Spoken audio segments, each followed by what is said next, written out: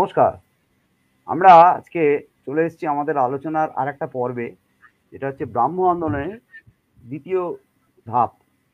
১ম দিন আমরা আলোচনা করেছিলাম হাওড়া জেলায় ব্রাহ্ম আন্দোলনের আদি পর্বের যুগটা। আজকে আমাদের বিষয়টা হচ্ছে আদি পর্ব বাদ দিয়ে পরের দিকের যে অংশটা, সেই অংশটা অর্থাৎ ব্রাহ্ম আন্দোলন কিভাবে হাওড়ার বিভিন্ন অঞ্চলে ছড়িয়ে পড়েছিল, সেইটাকে একটা নিয়ে আলোচনা করা। তো এই কথাটা বলতে গিয়ে আমি সূত্রধার হিসেবে সায়নের সঙ্গে একটু পরিচয় করে দিই। সায়ন দে আমাদের সকলেই চেনেন। আমাদের গ্রুপের খুব সক্রিয় সদস্য এবং সবচেয়ে বড় কথা হচ্ছে যে হাওড়া জেলায় ব্রাহ্ম আন্দোলন নিয়ে যেটুকু কাজ হয়েছে সেটা করেছেন একমাত্র আমাদের হেমেন্দ্র হেমেন্দ্র। বন্দ্যোপাধ্যায়। এছাড়া হেমেন্দ্র। এছাড়া হেমেনবাবু ছাড়া আর কিন্তু কারোর বই আমরা খুব একটা পাই না। পরবর্তীকালে সায়ন নিজের ইচ্ছায় বহু তথ্য সংগ্রহ করেছে এবং এই আন্দোলনটাকে আরো বেশ কিছু তথ্য দিয়ে কি করে আরেকটা পূর্ণাঙ্গ বইয়ের রূপ দেওয়া যায় সেই চেষ্টা এখনো করছে। এখনো পর্যন্ত চলছে চেষ্টা। এটা বলা যাবে না যে চেষ্টাটা শেষ হয়ে গেছে। আমরা জানি যে দেবেন্দ্রনাথ ঠাকুর আত্মীয় সভা স্থাপনের মাধ্যমে ব্রাহ্ম ধর্মের একটা শুরুয়াত বলা যায় সেটা শুরু করেছিলেন। সেটা অনেককাল আগে। তারপরে দেবেন্দ্রনাথের রামমোহন, রাজা রামমোহন রায়। তারপরে রামমোহন রায়ের পরে যে জিনিসটা আমরা পাই সেটা হচ্ছে দেবেন্দ্রনাথ ঠাকুর। দেবেন্দ্রনাথ ঠাকুর ১ম দিকে খুব উচ্ছৃঙ্খল জীবনযাপন করতেন। পরবর্তীকালে উনি আর ওনার মানে কি বলবো পরিবর্তন আসে জীবনে এবং উনি এই ব্রাহ্ম ধর্মের প্রচার এবং প্রসারে সচেষ্ট হন। সেটা মোটামুটি এই ১৮৩৯-৪০ এরকম সময়টা। তো ওই দেবেন্দ্রনাথের মধ্যেও অনেক রকম দ্বিচারিতা এবং নানা রকম সমস্যা দেখা দিয়েছিল। ওনার বাড়িতে সবাই মেনে নেয়নি। তো কারণ পৌত্তলিকতার যে প্রভাব, আমাদের হিন্দু ধর্মে যে পৌত্তলিকতার প্রভাব, সেই প্রভাবটা চট করে কাটিয়ে ওঠা খুব শক্ত ব্যাপার। দেবেন্দ্রনাথ চেষ্টা করেছিলেন, ১ম দিকে পারেননি হয়তো, কিন্তু পরের দিকে উনি অনেকটাই পুরোপুরি ব্রাহ্ম হয়ে ওঠার চেষ্টা করেছিলেন। সেই সময়কার আরও বেশ কিছু নেতা, তার মধ্যে বিশেষভাবে উল্লেখযোগ্য হচ্ছে কেশবচন্দ্র সেন। কেশবচন্দ্র সেনও এই ব্রাহ্ম দলে নাম লিখিয়েছিলেন। তার সঙ্গে ছিলেন অক্ষয় কুমার দত্ত, শিবনাথ শাস্ত্রী প্রমুখ, অনেক বড় বড় নামকরা লোকজন। তো এরা হচ্ছে নেতা, কিন্তু নেতাদের বাদ দিয়ে আরও তো অনেক কর্মী ছিলেন বিভিন্ন জায়গায়। আমরা সেই কর্মীদের কিছু নিয়ে আজকের আলোচনাটা রাখবো। আমাদের আলোচনাটা পুরোপুরি হাওড়া কেন্দ্রিক। কারণ ব্রাহ্ম আন্দোলন সারা পশ্চিমবাংলা জুড়েই ছড়িয়েছিল, বিভিন্ন জায়গায় ছড়িয়ে গেছিল। কিন্তু আমরা দেখব আজকে যে হাওড়া জেলায় কোথায় কোথায় ব্রাহ্ম আন্দোলন ছড়িয়েছিল। তার মধ্যে প্রথমে যে জায়গাটার নাম করতে হবে, যে ভদ্রলোকের নাম করতে হবে, মানে যিনি ব্রাহ্ম আন্দোলনের প্রাণ পুরুষ ছিলেন বলা যায়, তিনি হচ্ছেন প্রিয়নাথ মল্লিক। এবার আমরা দেখব, সায়নকে আমি বলবো, অনুরোধ করবো যে আস্তে আস্তে, আজকে আমার গলাটা একটু বসে গেছে, ও ধীরে ধীরে ধীরে নিশ্চয়ই শুরু করবে যে বাগনান, আন্দুল, তারপর অমরাবতীতে ভাই ফকির দাস তিনি যে আশ্রম চালু করেছিলেন। এছাড়া বাণীবন ব্রাহ্ম সমাজ ছিল। ব্যাঁটরাতে একটা ব্রাহ্ম সমাজের শাখা ছিল। এরকম হয়তো শালকেতেও কোনো শাখা ছিল, আমরা জানি না ঠিক, এখনো পুরোপুরি তথ্য পাইনি। ছোট ছোট কিছু কিছু উল্লেখ পাওয়া যায়। আমার মনে হয় যে কিছু জায়গাতে যেরকম সেন্টার তৈরি হয়েছিল, সায়ন এটা ভালোভাবে বলতে পারবে, যে বাগনানে যেমন একটা কেন্দ্র ছিল, বাণীবনে যেমন একটা কেন্দ্র ছিল, অমরাগুড়িতে যেমন একটা কেন্দ্র ছিল, অন্যান্য জায়গায় হয়তো কেন্দ্র না থাকলেও একজনের বাড়িতে, বিশেষ করে মথুরাম মোহন মল্লিক আমাদের রামকৃষ্ণপুরে, তার বাড়িতে যে মিটিং হতো সেখানে কিন্তু উপাসনা বা ইত্যাদির আয়োজন হতো। এই ব্রাহ্ম সমাজে যাওয়া ছাড়াও আমি বলছি, ব্রাহ্ম সমাজে যে তারা তো যেতেন অবশ্যই, তাছাড়াও বাড়িতে পার্সোনালি বিভিন্ন লোকের বাড়িতে এই ব্রাহ্ম আন্দোলন নিয়ে আলোচনা, মানে ব্রাহ্ম সমাজ নিয়ে আলোচনা এবং তার যে কার্যকারিতা, কি কি কার্যকর দিক আছে, সেগুলো নিয়ে আলোচনা হতো। আমি এখানে সায়নকে ডাকার আগে জাস্ট ছোট্ট করে ৩টে গুরুত্বপূর্ণ কথা বলতে চাই ব্রাহ্ম আন্দোলনের। এটা আমাদের কি বলবো, ব্রাহ্ম আন্দোলনের গুরুত্বপূর্ণ দিক যেটা, সেটা হচ্ছে ব্রাহ্ম আন্দোলন আমাদের দেশে নারী শিক্ষার অগ্রগতিতে একটা বিরাট ভূমিকা নিয়েছিল। আমরা জানি যে কাদম্বিনী গাঙ্গুলির মতন ডাক্তার বেরিয়েছেন, চন্দ্রমুখী বসুর মতন গ্র্যাজুয়েট বেরিয়েছেন, আরও ওরকম অনেক নামকরা মহিলা সেকালে ঘর ছেড়ে, যাদের বাইরে আসার সুযোগই ছিল না, ব্রাহ্মণরা কিন্তু তাদেরকে বাইরে আসার সুযোগ করে দিয়েছিল এবং পড়ার সুযোগ করে দিয়েছিল। কেশবচন্দ্র সেন তার নিজের স্ত্রী বাড়ির শত বাধা সত্ত্বেও তার নিজের স্ত্রীকে নিয়ে তিনি ব্রাহ্ম সমাজে এসেছিলেন। এই যে দিকটা, অর্থাৎ যেটা বিদ্যাসাগর চেয়েছিলেন নারী শিক্ষার অগ্রগতি, এটা কেশবচন্দ্র সেন ওই প্রথা ভেঙেছিলেন। এরকমভাবে দেখা যাবে যে সেই সঙ্গে বিজ্ঞান শিক্ষার প্রচার, মানুষের মধ্যে বিজ্ঞান শিক্ষা না এলে মানুষের চেতনা বাড়ে না। সেই কাজটা পূর্বাপুরুষ ছিলেন অক্ষয় কুমার দত্ত। তিনি এমন একটা বই লিখেছিলেন চারুপাঠ বলে, যেটা প্রথম বিজ্ঞানের বই বলা যায়, এবং সেই যুগে ওইটাই ছিল একমাত্র বিজ্ঞানের বই যেটা স্কুলে পড়ানো হতো, প্রতিটা স্কুলে। এই চারুপাঠ লিখতে তার দম ছিল। অর্থাৎ 1855 থেকে শুরু করে 1869 পর্যন্ত তিনি চারুপাঠ অনেকগুলো খণ্ডে লিখেছিলেন, পরপর খণ্ড খণ্ড করে লিখেছিলেন ছোট ছোট করে, যাতে বিজ্ঞানের নানান দিক এবং সেকালে যে সমস্ত বিখ্যাত বৈজ্ঞানিক ছিলেন তাদের জীবনী টিপুনিও তিনি লিখেছিলেন। অক্ষয় কুমার দত্ত আমাদের হাওড়াতে থাকতেন, বালির কাছে একটা জায়গায়, দেওয়ানগাজী বলে একটা জায়গায় থাকতেন। শেষের দিকে উনি যে কাজটা করেছিলেন সেটা অত্যন্ত গুরুত্বপূর্ণ কাজ। ওনার মাইগ্রেনের সমস্যা ছিল। ওনার বাড়িতে একটা ছোট মিউজিয়াম মতন ছিল, যেটাকে ওনার নাতি সত্যেন্দ্রনাথ দত্ত বলেছেন যে মিনি বোটানিক্যাল গার্ডেন। এটা অত্যন্ত গুরুত্বপূর্ণ কথা। অর্থাৎ এত বেশি গাছপালা, প্রস্তরখণ্ড, ফসিল, বৈজ্ঞানিক জিনিস তিনি সংগ্রহ করেছিলেন, সেটা বিস্ময়কর। কিছুটা অংশ সত্যেন্দ্রনাথ দত্ত বঙ্গীয় বিজ্ঞান পরিষদে দান করেছেন, বঙ্গীয় সাহিত্য পরিষদে দান করে দিয়েছিলেন। বাকিটা কি হয়েছে তা আমরা জানি না, তার গতি। বাড়িতে এখনো পড়ে রয়েছে, কিন্তু হেরিটেজ কমিশন সেটাকে হেরিটেজ ঘোষণা করলেও কিছু লাভ হয়নি। বঙ্গীয় উপাসক সম্প্রদায় 2 খণ্ডে লিখেছিলেন অক্ষয় কুমার দত্ত, একটা পায়োনিয়ারিং বই। তো যাই হোক, এই সমস্ত দিক, মানে ব্রাহ্মদের আন্দোলনে এই কটা দিক ছিল। তার মধ্যে স্বামী বিবেকানন্দ এই ব্রাহ্ম সমাজে যাতায়াত ছিল, রামকৃষ্ণদেবের সঙ্গে দেখা হওয়ার আগে পর্যন্ত তিনি ব্রাহ্ম সমাজে গান টান গেয়েছেন, উপাসনায় ছিলেন, মহর্ষি ধ্যান গোষ্ঠীর একজন সদস্য ছিলেন। তো যাই হোক, আমি সায়নকে অনুরোধ করব যে আলোচনাটা শুরু করতে অন্তত প্রিয়নাথ মল্লিককে দিয়ে। কারণ প্রিয়নাথ মল্লিক হচ্ছেন আমাদের হাওড়ায় এই ব্রাহ্ম আন্দোলনের একজন প্রাণ পুরুষ। সায়ন, শুরু করো। অসংখ্য ধন্যবাদ সুকান্ত বাবুকে সুন্দর করে একটা প্রেক্ষাপট রচনা করে দেওয়ার জন্য।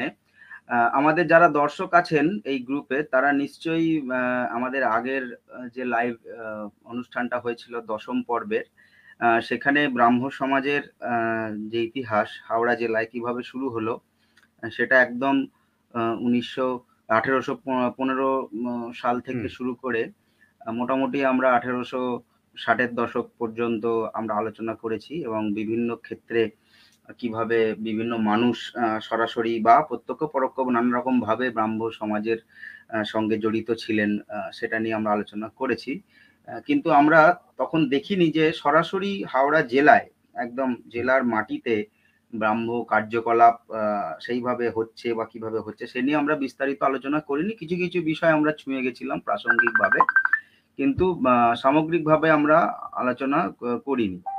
তো আজকে একটা আমাদের সত্য একটা পরিষদ তৈরি হয়েছে, যেখানে আমরা এই বিষয়টা নিয়ে একটু আলোচনা করব। তো সুকান্ত বাবু যে বিষয়টা বললেন যে আমাদের প্রিয়নাথ মল্লিকের কথা, প্রিয়নাথ মল্লিক মহাশয় নিঃসন্দেহে হাওড়া জেলা কেন, গোটা বাংলার অন্যতম একজন প্রথম সারির ব্রাহ্ম নেতা ছিলেন। বিশেষ করে কেশবচন্দ্র রায় মারা যাওয়ার, কেশবচন্দ্র সেন মারা যাওয়ার পর ব্রাহ্ম আন্দোলনকে এগিয়ে নিয়ে যাওয়ার ক্ষেত্রে সেটা শুধু হাওড়া জেলা নয়, বিভিন্ন প্রান্তে সে গুরুত্বপূর্ণ ভূমিকা পালন করেছিলেন প্রিয়নাথ মল্লিক। কিন্তু দুর্ভাগ্যের বিষয়, প্রিয়নাথ মল্লিককে নিয়ে প্রথম সারির ব্রাহ্ম কার্যকলাপে, ব্রাহ্ম লেখালেখিতে কিন্তু প্রিয়নাথ মল্লিকের সেভাবে কোনো রকম লেখা খুঁজে পাওয়া যায় না, এমনকি ছবি পর্যন্ত পাওয়া যায় না। আমি আসছি সেটাতে। তো আমি যেটা বলতে চাইছি স্যার, সেটা হচ্ছে যে আমরা যদি একটু সামগ্রিক প্রেক্ষাপটটা তাকাই, অর্থাৎ 1842 সালে আমাদের আদি ব্রাহ্ম সমাজ তৈরি করছেন দেবেন্দ্রনাথ ঠাকুর। 1866 সালে কেশবচন্দ্র সেন ভারতবর্ষীয় ব্রাহ্ম সমাজ আলাদা হয়ে গিয়ে তৈরি করছেন। তারপরে 1878 সাল নাগাদ আবার ওইটা ভেঙে গিয়ে আমাদের সাধারণ ব্রাহ্ম সমাজ তৈরি করছেন শিবনাথ শাস্ত্রীরা, আর এদিকে হয়ে যাচ্ছে নববিধান ব্রাহ্ম সমাজ।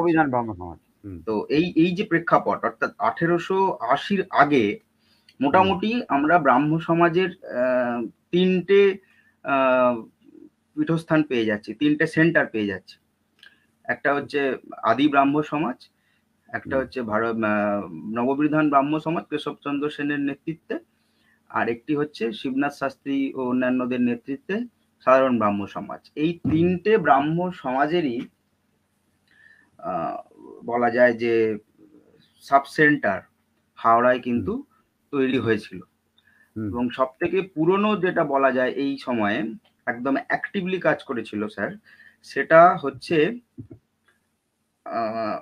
আমাদের হাওড়ায়, আমাদের হচ্ছে স্যার ব্যাটরাতে কালীপ্রসাদ ব্যানার্জি লেন, এইখানে হরকালী দাস, হরকালী দাসের নেতৃত্বে 1868 সালে, একটা রেকর্ডে আছে, 1868 সালে প্রতিষ্ঠিত হচ্ছে হাওড়া ব্রাহ্ম সমাজ। এই হাওড়া ব্রাহ্ম সমাজ পরবর্তীতে 1870-এর দশকে গিয়ে নাম হয়ে যাচ্ছে ব্যাটরা ব্রাহ্ম সমাজ। এবং এটার প্রধান মানে উপাসক, প্রধান মানে হোতা হচ্ছেন হরকালী দাস, যিনি কেশবচন্দ্র সেনের অন্যতম সহযোগী ছিলেন। এবং বরাবরই তিনি কিন্তু, আমরা যে নববিধান ব্রাহ্ম সমাজের যে পুরনো যে সমস্ত হিসেবের তথ্য পাচ্ছি, সেখানে দেখতে পাচ্ছি হরকালী দাস নিয়মিতভাবে প্রত্যেক বছর একটা ভালো পরিমাণ টাকা চাঁদা দিচ্ছেন, ওনার নাম পাওয়া যাচ্ছে চাঁদা দেওয়ার লোক হিসেবে। এছাড়াও হাওড়ার বহু লোকের নাম পাওয়া যাচ্ছে, রামেশ্বর বালিয়ার নাম পাওয়া যাচ্ছে, তিনিও চাঁদা দিয়েছেন। তো এরকম বেশ কিছু মানুষ চাঁদা দিচ্ছেন, কিন্তু হরকালী দাস নিয়মিত চাঁদা দিয়ে আসছেন এবং তাঁর বাড়িতেই, কালীপ্রসাদ ব্যানার্জি লেনের বাড়িতেই হাওড়া ব্রাহ্ম সমাজ তৈরি হচ্ছে। এরপরে মানে আমি যদি তার পরবর্তী ক্ষেত্রে ওই দাস বাড়ির নেতৃত্বে ব্যাটরা অঞ্চলে যে ব্রাহ্ম সমাজের আন্দোলনটা হয়েছিল সেটা আমি একটু পরে আসছি। কিন্তু দেখা যাচ্ছে যে 1879 সালে স্যার 23শে অক্টোবর হাওড়ার সেন্ট থমাস গির্জা সংলগ্ন মাঠে প্রবল বৃষ্টিতে কেশবচন্দ্র সেন একটা বক্তৃতা দিচ্ছেন এবং সেই বক্তৃতা শুনতে বহু মানুষ ছুটে আসছেন। এই বক্তৃতার পরেই কিন্তু দেখা যাচ্ছে হাওড়ায় ব্রাহ্ম আন্দোলন, বিশেষ করে কেশবচন্দ্র সেনের নেতৃত্বে যে নববিধান ব্রাহ্ম আন্দোলন, সেটা কিন্তু একটা বিরাট জোয়ার তৈরি করছে শিক্ষিত সমাজে। হাওড়া শহরের বহু মানুষ কিন্তু আকৃষ্ট হয়ে আসছেন এবং এরপর থেকেই, অর্থাৎ 1880-র পর থেকেই আমাদের গ্রামীণ হাওড়াতে ব্রাহ্ম আন্দোলন ছড়িয়ে পড়ছে। এবং এর হোতা হচ্ছেন দুটো মানুষ, একজন হচ্ছেন আমাদের অমরাগড়ির অমরাগড়ির ফকির দাস রায় এবং বাগনানের প্রিয়নাথ মল্লিক মহাশয়। তো প্রিয়নাথ মল্লিক ভাই ফকির দাস রায় এই নামে উনি খুব পরিচিত ছিলেন। হ্যাঁ, সবাইকেই ভাই বলা হতো, ব্রাহ্ম সমাজ যারা নেতৃত্ব ছিলেন সবাইকেই ভাই বলা হতো। ভাই ফকির দাস রায়, ভাই প্রিয়নাথ মল্লিক, এভাবেই সকলকে ডাকা হতো।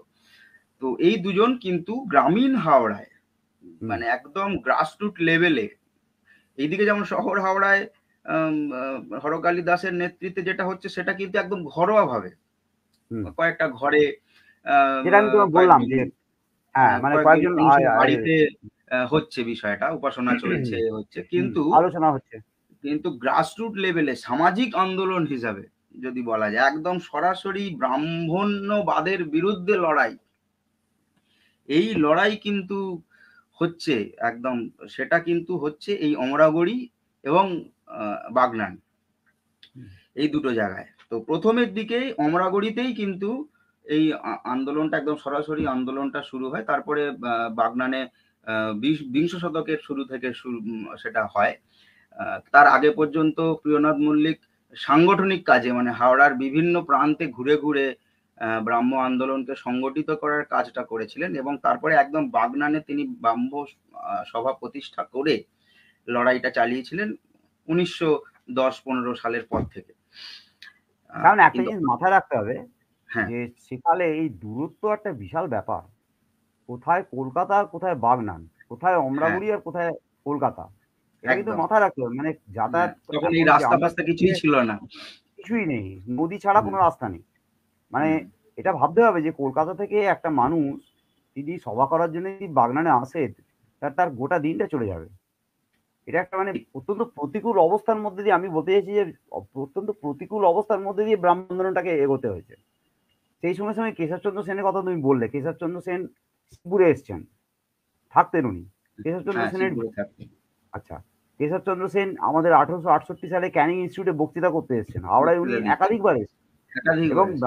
ব্রাহ্ম আন্দোলনকে চাগিয়ে তোলার ক্ষেত্রে বা এগিয়ে নিয়ে যাওয়ার ক্ষেত্রে বিশেষ করে মানে আন্দোলনের যে রূপরেখা তৈরি করা বা দেবেন্দ্রনাথের যে পথ, তার থেকে আরো ডেভেলপ করা, একটুখানি এগিয়ে নিয়ে যাওয়া, এটাতে কেশবচন্দ্র সেনের একটা বড় ভূমিকা। কিন্তু ঠিক। অত সোজা নয় তো, কারণ তখন তো পন্টুন ব্রিজটাও হয়নি, এটাও ভাবতে হবে। না। হাওড়া পন্টুন ব্রিজ চালু হয়েছে 1874 সালে। তুমি যে সময়টাকার কথা বলছো, সে সময় কোনো ব্রিজও নেই, খেয়া ছাড়া হুম, কোনো রাস্তা নেই। আর খেয়া একদম। পেরিয়ে হাওড়া ময়দানে নেবে, সেখান থেকে অমরাগুড়ি যাওয়া, এটা চারটিখানি ব্যাপার নয়। বলো, খুব সুন্দর হচ্ছে না? হ্যাঁ, তো এই এই যে বিষয়টা চলছে, তো সেখানে দাঁড়িয়ে আমরা যদি দেখি যে কিভাবে গ্রামীণ হাওড়াতে ব্রাহ্ম আন্দোলনটা ছড়িয়ে গেল, আমি যদি প্রথমে আমি যদি ফকিরদাস রায়ের কথাটাই বলি, সেক্ষেত্রে দেখা যাচ্ছে সময়টা স্যার হচ্ছে 1880 কাছাকাছি এইরকম সময়ে। ফকিরদাস রায় সম্পর্কে আমরা যদি তার জীবনী একটু সংক্ষেপে বলি, তিনি কিন্তু মেডিকেল কলেজের ছাত্র ছিলেন, কলকাতা মেডিকেল কলেজের তিনি ছাত্র ছিলেন এবং তার সঙ্গে বন্ধুত্ব হয়েছিল একজনের, তিনি হচ্ছেন বিহারীলাল ঘোষ।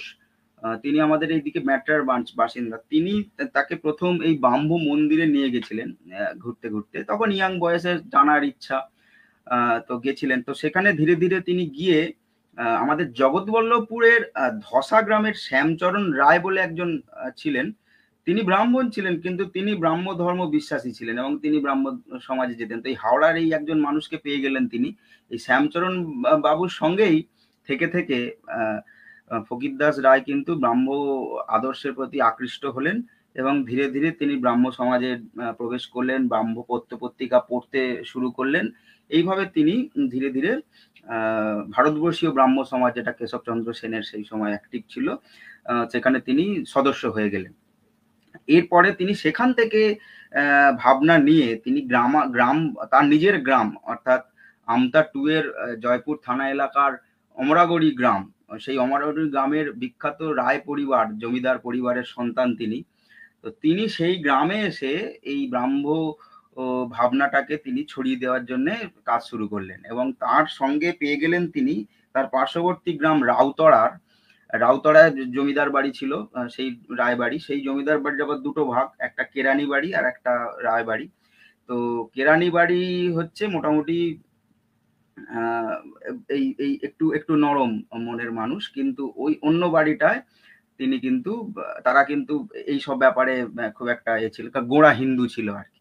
তো এরা বাধা দিত। তো এই রাউতারা গ্রামের একজন ছিলেন, হচ্ছেন রায়বাড়ির একজনকে তিনি পেলেন। এছাড়াও রাউতরা গ্রামের আরেকজন মানুষ, তার নাম হচ্ছে পাণ্ডবনাথ সিংহ বলে, এই এনাকে সঙ্গে পেলেন। এদেরকে নিয়ে এর সঙ্গে পেলেন খাল্লার, পার্শ্ববর্তী গ্রাম খাল্লার আহ আশুতোষ রায়, খাল্লার রায়বাড়ি জমিদার বাড়ি, সেই জমিদার বাড়িরও একজন সন্তান আশুতোষ রায়, তাকে সঙ্গে পেলেন। এইভাবে কয়েকজনকে নিয়ে এবং ফকিরদাস রায়ের নিজেরই ভাই হৃদয়নাথ রায়, দাদা আমাদের ওনার নাম হচ্ছে যশোদা কুমার রায়, এই এই সমস্ত মানুষজনকে নিয়ে তিনি কিন্তু অমরাগড়িতে বন্ধু সম্মেলনী সভা করলেন, তৈরি করলেন। এটা হচ্ছে 1881 সাল নাগাদ। এরপরে যেরকম হয় আর কি, একটা সভা থেকে কনভার্ট হয়ে যাচ্ছে একটা ব্রাহ্ম সমাজে। তারপরে সেখানে নববিধান মণ্ডলী প্রতিষ্ঠিত হলো। এই সেই মণ্ডলীর কমিটিতে পাণ্ডব নাথ সিংহ, কেদারনাথ রায়, আশুতোষ রায়, হৃদয়নাথ রায়, যশোদা কুমার রায়, ফকিরদাস রায় এবং গুরুত্বপূর্ণ, যেটা আপনি বলছিলেন একটু আগে আমাদের যখন ব্যক্তিগত আলোচনা হচ্ছিল, যে মহিলাদের এগিয়ে নিয়ে আসা। এইখানে প্রথম দেখা যাচ্ছে এই কমিটিতে ফকিরদাস রায় তার নিজের স্ত্রীকে যুক্ত করলেন মেম্বার হিসাবে।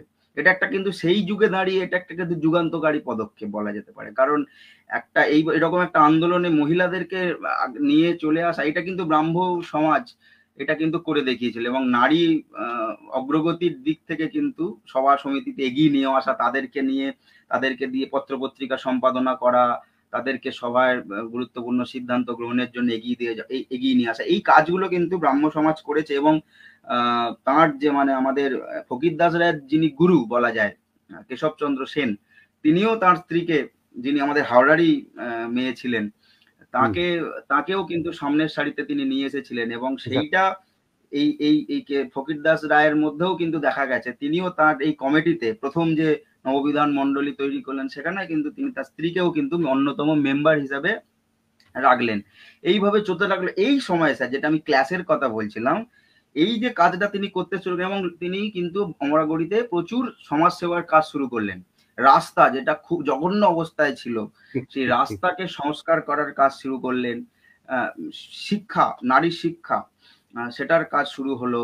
তিনি জয়পুর গ্রামে, আগের গ্রাম, অমরাগড়ির ঠিক আগের গ্রাম হচ্ছে জয়পুর, সেই গ্রাম অত্যন্ত মানে পিছিয়ে পড়া একটা গ্রাম ছিল, সেই গ্রামে শিক্ষাকে জাগিয়ে তোলার জন্য তিনি কিন্তু একটা স্কুল তৈরির পরিকল্পনা করলেন, ছিটেবেড়া দিয়ে স্কুল করলেন। এই যে সমাজ সেবার কাজ করছেন একজন ব্রাহ্মণ্যবাদের বাইরে গিয়ে, এটা কিন্তু ব্রাহ্মণ সমাজ, গোঁড়া ব্রাহ্মণ সমাজ মেনে নিতে পারেনি। এবং ফলে দেখা গেছে, এবং এটা একদম লিখিত ভাবে আছে, চক্রান্ত হচ্ছে, মানে মেরে দেওয়ার জন্য ফকিরদাস রায়কে খুন করে দেওয়া হবে, চক্রান্ত চলছে। তিনি একটা ছিটেবেড়া দিয়ে একটা উপাসনা কেন্দ্র করেছিলেন অমরাগড়িতে, সেখানে রাতারাতি চুরি হয়ে যাচ্ছে। এবং ওই যে গ্রাম, জয়পুর গ্রামে যে স্কুল তিনি তৈরি করলেন, সেই স্কুল আগুন ধরিয়ে দেওয়া হলো, উড়িয়ে দেওয়া হলো পুরো। এছাড়াও মানে ঝিকিরাতে ব্রাহ্মণদের একটা বিরাট জনগোষ্ঠী বাস করে। তো এই ঝিকিরা ওই ব্রাহ্মণরা কিন্তু একদম রীতিমতো লাঠি সোঁটা নিয়ে এদের উপাসনা কেন্দ্রে হামলা চালাচ্ছে, এবং তাদেরকে প্রায় মারধর করছে, এরকমও মানে প্রতিবেদনে আসে। এবং তারা তখন সাহায্য চাইছেন, কলকাতায় ব্রাহ্ম সমাজের মূল যারা আছেন তাদের কাছে সাহায্য চেয়ে চিঠি লিখছেন, এবং স্থানীয় থানায়, আমতা মুন্সেফ কোর্টে একজন মুন্সেফ ছিলেন, যিনি কিন্তু খুব এই সমস্ত ব্রাহ্মদেরকে খুব মানে করতেন আর কি, সমীহ করতেন। মুন্সেফ অনন্ত রায় ঘোষ বলে একজন ছিলেন, আমতা মুন্সেফ। তো তিনি ব্রাহ্ম ছিলেন না, কিন্তু ব্রাহ্মদের প্রতি ওনার অনুরাগ ছিল। তো তিনি কিন্তু অনেক হেল্প করেছিলেন এই বিষয়গুলো যাতে আটকানো যায়। যাই হোক, তো কোনো বাধাই কিন্তু বাধা হয়ে দাঁড়ায়নি। একদম দৃঢ় প্রতিজ্ঞভাবে ফকিরদাস রায় তার দলবল নিয়ে অমরাগড়িতে ব্রাহ্ম সমাজ প্রতিষ্ঠা করলেন 1882 সালে। এবং তার নেতৃত্বে খাল্লা, খড়িয়প, আমতা, উদয়নারায়ণপুর, এই বিস্তীর্ণ এলাকায় ব্রাহ্ম উপাসনা, ব্রাহ্ম অভিযান যাকে বলে, মানে একদম মানে খোল করতাল নিয়ে গান গাইতে গাইতে মিছিল করে কিন্তু একটা শোভাযাত্রা হয়েছিল। এবং সেই শোভাযাত্রায় কলকাতা থেকে একটা প্রতিনিধি দল এসেছিল ব্রাহ্ম সমাজের। সেই ব্রাহ্ম সমাজের প্রতিনিধি দলের মধ্যে অমৃতলাল বসু ছিলেন, নন্দলাল বন্দ্যোপাধ্যায় ছিলেন, কুঞ্জ বিহারী দেব, এইরকম বিখ্যাত লোকজন, ব্রাহ্ম নেতা, তারা কিন্তু এসেছিলেন। ওই কাদা জল মেখে, তাদের বর্ণনা আছে তারা কিভাবে কাদা জল মেখে পড়ে গেছেন, সব মানে স্লিপ খেয়ে পড়ে যাচ্ছেন কাদা জলে, তবুও তারা এই গ্রামে আসছেন ব্রাহ্ম সভায় যোগ দিতে। তো সেইভাবে তারা এসেছিলেন। এবং এই সমস্ত জায়গায় আমতা থানা চত্বর থেকে শুরু করে একদম আমতা বাজারের ওপর দিয়ে এই মিছিল গেছিল। এবং সেখানে ওই মুন্সিফ অনন্ত রায় ঘোষ তিনি নেতৃত্ব দিয়েছিলেন গুরুত্বপূর্ণভাবে। লোটাস দি শুনছেন, লোটাস দি শুনে খুব ভালো লাগবে, সেটা হচ্ছে যে খড়িয়পে আমাদের যে বসুবাড়ি, এই বসুবাড়িতে কিন্তু ব্রাহ্মদের একটা উপাসনা হয়েছিল, এবং খড়িয়প আক্রান্ত হননি স্যার, ওখানে উপাসনা হয়েছিল, আখড়া ছিল। এবং ওখানে অম্বিকাচরণ বসু, যিনি এক অন্যতম পথিকৃৎ বসু পরিবারের কৃষ্টি সংস্কৃতির, তো সেই তিনি কিন্তু হোস্ট করেছিলেন তাদের এই মানে উপাসনার। এবং এছাড়াও উদয়নারায়ণপুরে যাওয়া হয়েছিল, নিশ্চিন্দপুরে যাওয়া হয়েছিল। এইভাবে কিন্তু ব্রাহ্ম খাল্লায় তো যাওয়াই হয়েছিল। বাগনানে এসেছিলেন, এসে তিনি তারপরে প্রিয়নাথ মল্লিকের সঙ্গে মিট করেছিলেন। তো এই যে একটা মানে পুরো এলাকা, মানে আমি বলতে চাইছি আমতা 2, আমতা 1, উদয়নারায়ণপুর, জগৎবল্লভপুরেও এসেছিলেন, বাগনান, এই এই বিস্তীর্ণ গ্রামীণ হাওড়ার একটা অংশ কিন্তু ফকিরদাস রায়ের নেতৃত্বে কিন্তু একদম আন্দোলিত হয়ে উঠেছিল।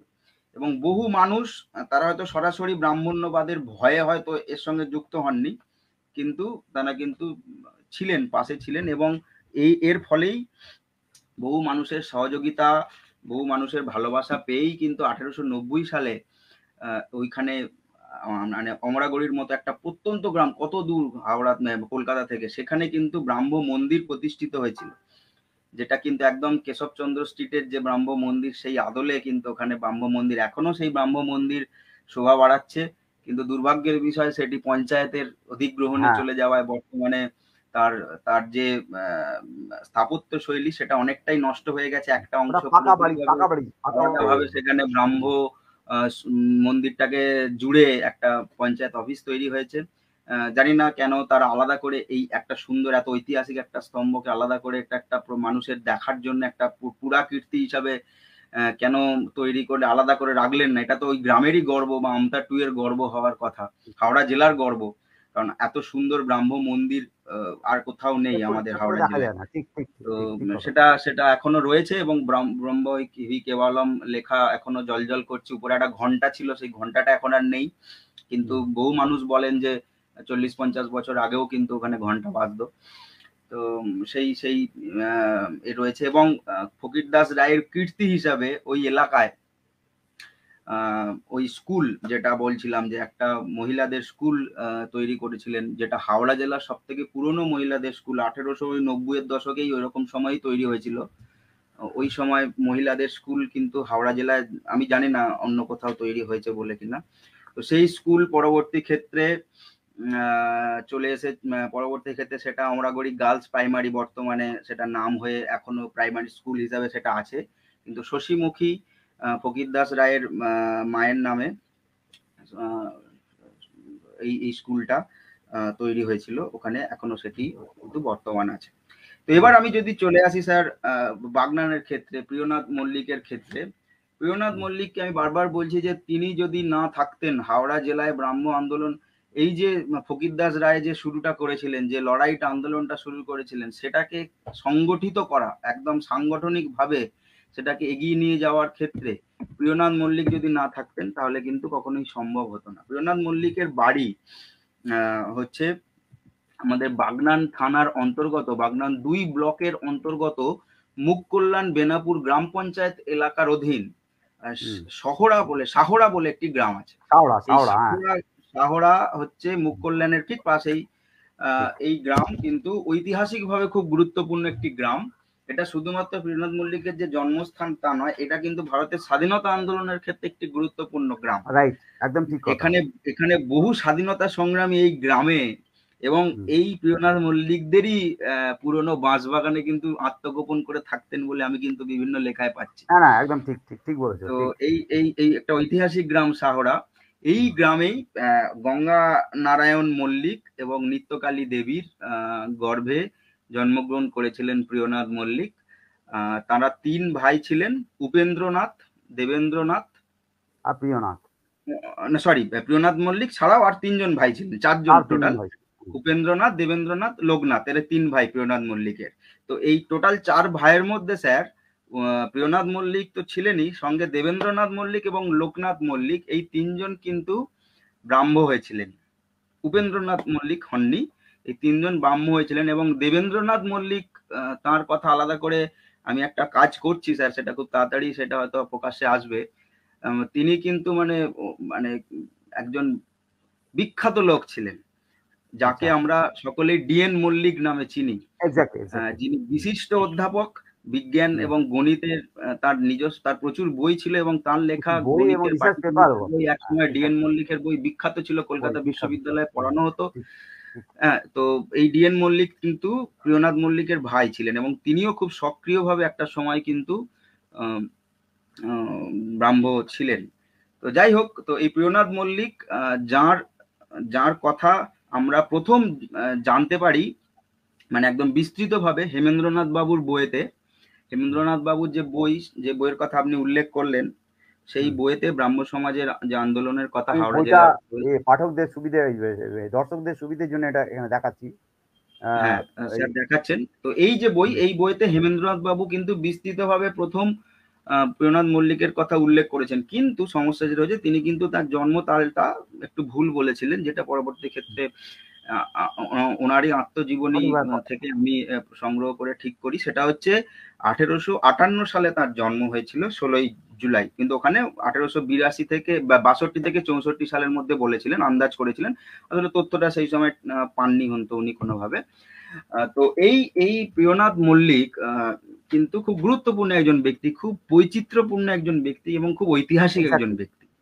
প্রিয়নাথ মল্লিক, অবাক লাগে এই যে প্রিয়নাথ মল্লিকের এই যে ছড়ানো কর্মকাণ্ড, তিনি রামকৃষ্ণদেবের সঙ্গে দেখা করছেন, তিনি স্বামীজির বন্ধু, আবার এদিকে তিনি কট্টর ব্রাহ্ম।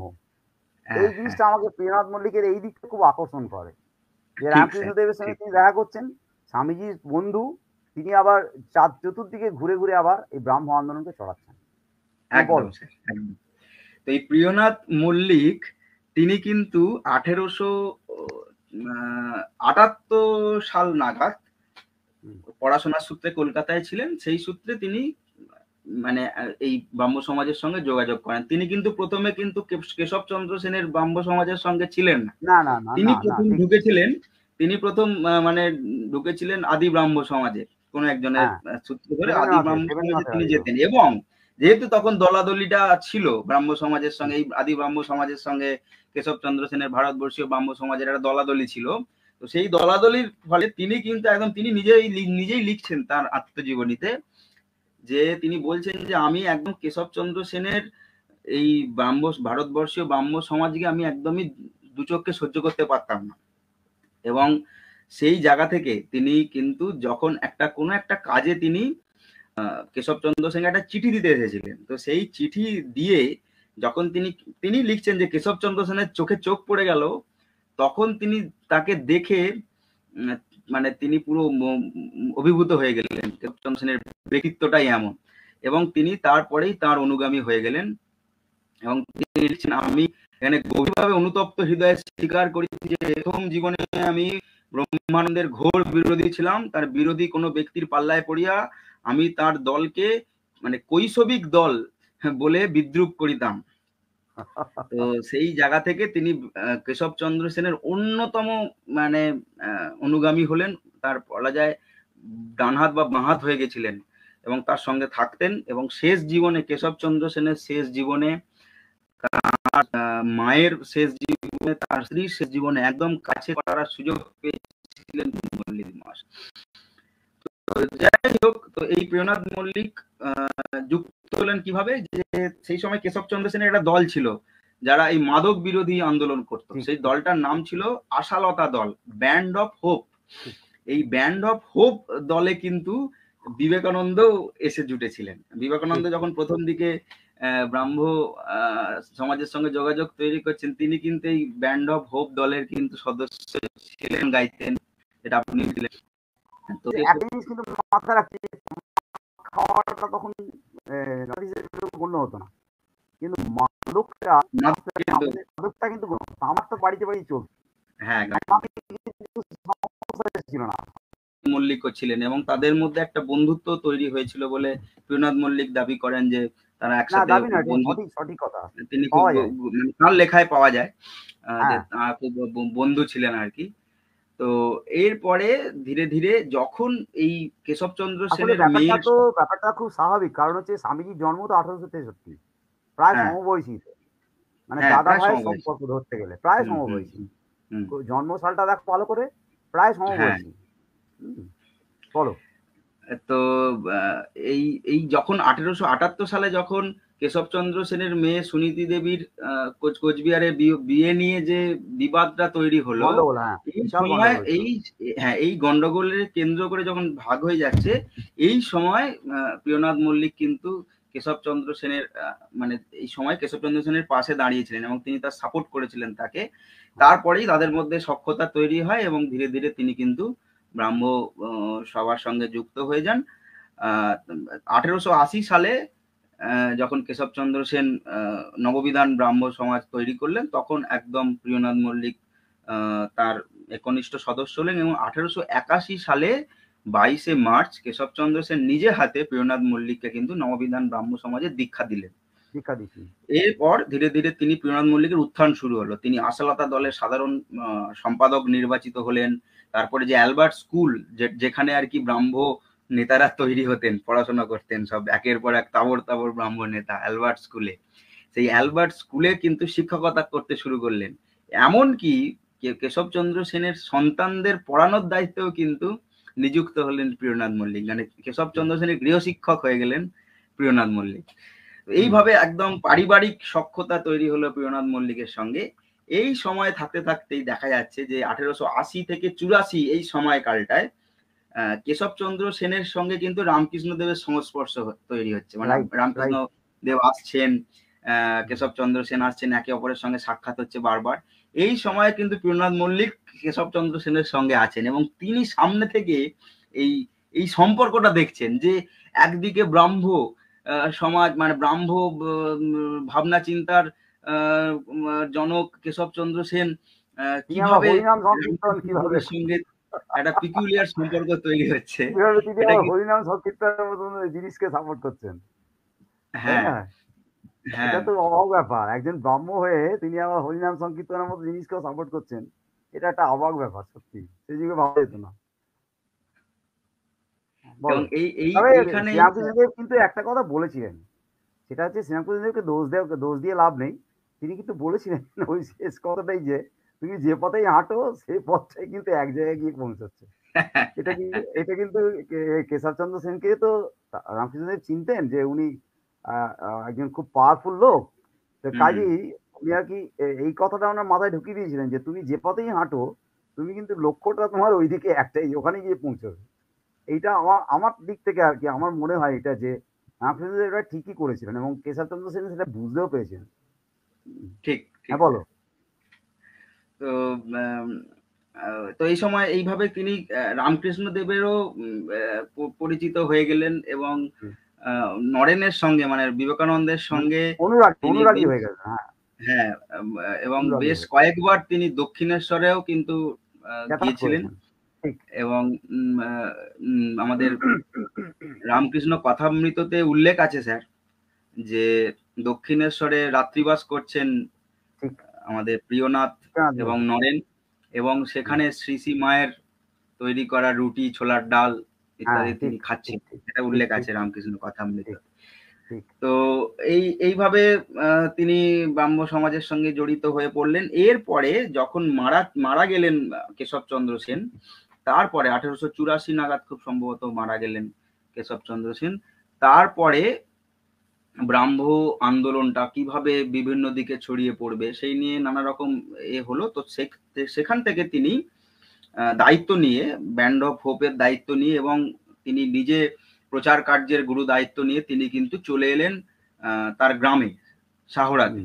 কিন্তু শাহরাতে এসে যেহেতু তিনি হিন্দু ধর্মের হয়ে এবং তার বাবা একজন বিখ্যাত শিবের উপাসক এবং তাদের নিজস্ব পারিবারিক শিব মন্দির এখনো শাহরা গ্রামে রয়েছে, যেহেতু তিনি একটা শিবের উপাসক এবং প্রচলিত হিন্দু ধর্মের উপাসক, সেখান থেকে এই ব্রাহ্ম হয়ে এলেন যখন প্রিয়নাথ, তো তাকে সচরাচর গ্রামের মানুষ সহ্য করলেন না এবং তাকে এক প্রকার মানে ওনারই পরিবারের বক্তব্য যে মানে এক প্রকার তাড়িয়ে দেওয়া হয়েছিল। তো সেইখান থেকে এক ঘরে হয়ে গেলে এবং তাড়িয়ে দেওয়া হয়েছিল। তো সেখান থেকে তিনি পার্শ্ববর্তী গ্রাম বাঁটুলে কিন্তু তিনি একটা সেন্টার করলেন ব্রাহ্ম সমাজের। তো সেই বাঁটুলেই সেখানে তিনি কয়েকজনকে নিয়ে ব্রাহ্ম সমাজ তৈরি করলেন এবং এই সময় তিনি 1885 সাল নাগাদ খুব সম্ভবত তিনি একটি পত্রিকা করলেন যেটার নাম হচ্ছে গ্রামবাসী। এই পত্রিকাও কিন্তু সেই সময় এই বাঁটুল এবং এই অঞ্চলকে কেন্দ্র করে এটা প্রচারিত হলো এবং গ্রামীণ হাওড়ায় ভালোই বেশ এটাকে নিয়ে বিভিন্ন দিকে লেখালেখি শুরু হলো, চলছিল। তো এরপরে বাঁটুল গ্রামে ব্রাহ্ম সমাজ প্রতিষ্ঠা করার পরেও কিন্তু সেখান থেকেও নানা রকম বাধা বিপত্তি আসা শুরু হলো। তো তারপরে তিনি বাঁটুল, মুখ কল্যাণ এই সমস্ত জায়গায় তিনি কিন্তু ব্রাহ্ম কার্যকলাপ করছেন, উপাসনা করছেন, বিভিন্ন লোকের বাড়িতে যাচ্ছেন, গিয়ে সেখানে উপাসনা করছেন। ওই যে বিহারীলাল ঘোষের কথা বললাম, ওই বিহারীলাল ঘোষ যিনি ফকির দাসকে নিয়ে গেছিলেন, ওই বিহারীলাল ঘোষের বাড়ি ছিল মুখ কল্যাণ এলাকায়। তার বাড়িতে সেন্টার হলো ব্রাহ্ম আন্দোলনের। আন্টিলা, ওই পাশেই আরেকটি গ্রাম আন্টিলা। আন্টিলাতে সন্তোষপুর, এই আন্টিলার কাছে সন্তোষপুর বলে একটি গ্রাম, সেখানে বেশ কিছু যুবককে জড়ো করে তিনি উপাসনা কেন্দ্র তৈরি করলেন। এইভাবে তিনি বিভিন্ন ভাবে ব্রাহ্ম সমাজ প্রতিষ্ঠা করছেন গ্রামাঞ্চলে। এরপর তিনি সেখান থেকে কোনোভাবে চলে এলেন বাগনানে। বাগনানে তিনি এসে বাগনানে তিনি 1900 সালে তিনি বাগনানে নববিধান ব্রাহ্ম সমাজের একটি সেন্টার তৈরি করলেন 1902 সালে, যেটাকে তিনি নাম দিলেন ব্রহ্মানন্দাশ্রম। এই ব্রহ্মানন্দ হচ্ছে কেশবচন্দ্র সেনের নাম আর কি, ব্রহ্মানন্দ, যেটা এটা খুব সম্ভবত রবীন্দ্রনাথ ঠাকুর দিয়েছিলেন ওনাকে এই উপাধি। তো এই ব্রহ্মানন্দাশ্রম তৈরি করলেন, সেইখানে জমি দিলেন ওখানকার ডাক্তার, বাগনানের ডাক্তার রসিকলাল রায়, সঙ্গে ছিলেন যতীন্দ্রনাথ বসু, যার সঙ্গে প্রিয়নাথ পরবর্তীকালে তার কন্যার বিবাহ দিয়েছিলেন।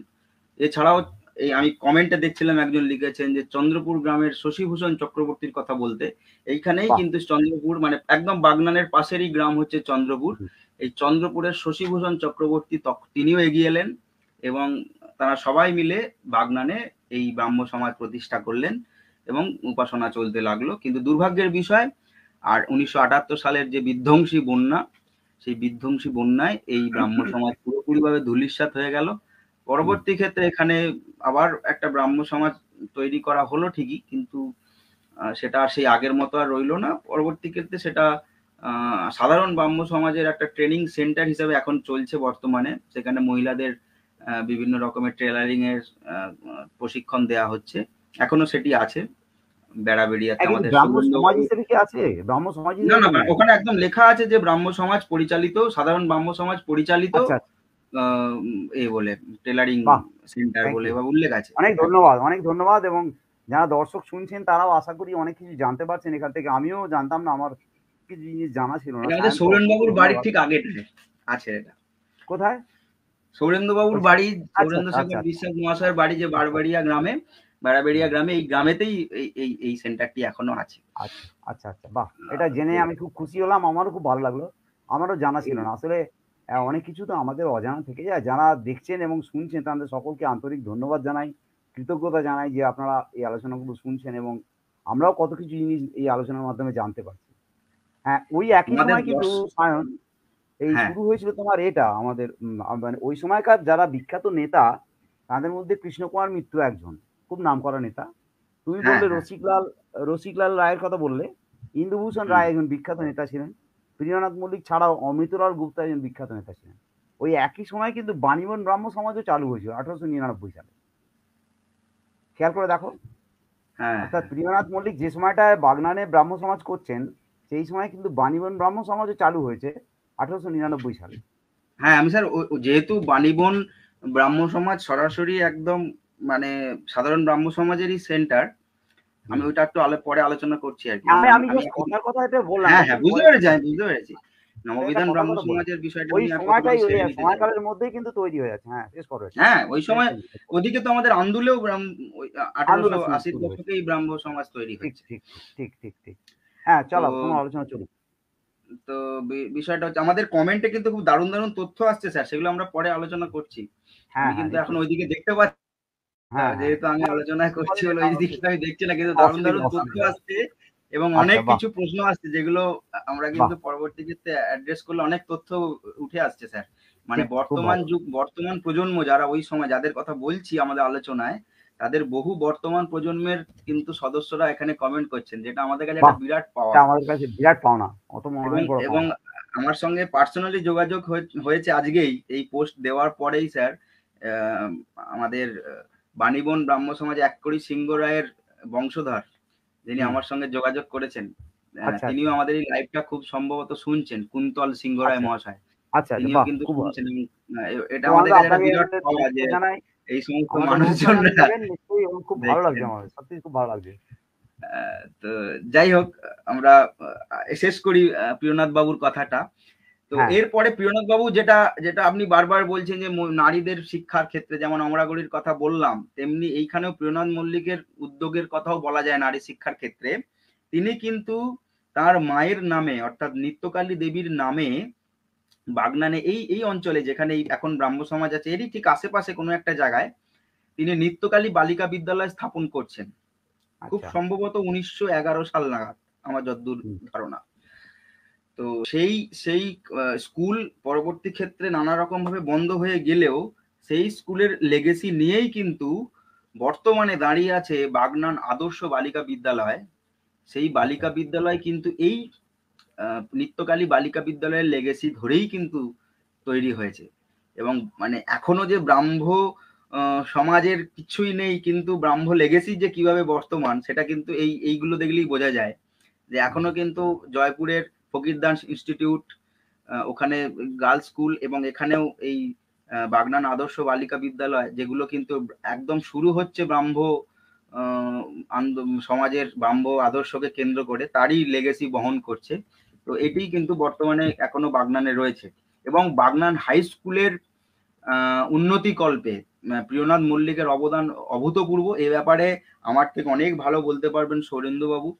আরো বহু হুম। বাগনানের বহু বিদগ্ধ মানুষজন আছেন যারা বলতে আমরা পারবেন আরেকদিন যে আলোচনা করব কি আছে। খুব ভালো হ্যাঁ হবে। মানে এই বিষয়গুলো নিয়ে মানে একটা বাগনান হাই আরেকদিন আলোচনা স্কুলের করব। উন্নতি প্রকল্পে বিরাট অবদান ছিল এনার। তো হুম, যাই হোক, হুম। এই কেশবচন্দ্র সেনের আরেকটি গুরুত্বপূর্ণ অবদান বলে আমি শেষ করব সেটা হচ্ছে উনি কিন্তু ওনার লেখার হাতটা খুব ভালো ছিল স্যার এবং উনি কার? বেশ কিছু গুরুত্বপূর্ণ গ্রন্থ এই প্রিয়নাথ মল্লিক হ্যাঁ, হ্যাঁ। উনি কিন্তু বেশ কিছু গুরুত্বপূর্ণ গ্রন্থ লিখেছিলেন যেটা আমাদের মানে ব্রাহ্ম আন্দোলনের ইতিহাস জানার ক্ষেত্রে খুব কাজে দেয়। সেটা হচ্ছে তিনি কিন্তু লিখেছিলেন কেশবচন্দ্র সেনের জীবনী ১৯১১ হুম, সালে। শ্রী আচ্ছা। ব্রহ্মানন্দ কেশবচন্দ্র বলে তার একটি বই আছে। হুম, এছাড়াও গুরুত্বপূর্ণভাবে তিনি কেশব পত্নীর জীবনী লিখেছিলেন ব্রাহ্মনন্দিনী সতী জগন্মোহিনী দেবী, যেটা প্রকাশিত হয়েছিল আচ্ছা। ১৯১৪ সালে। হুম।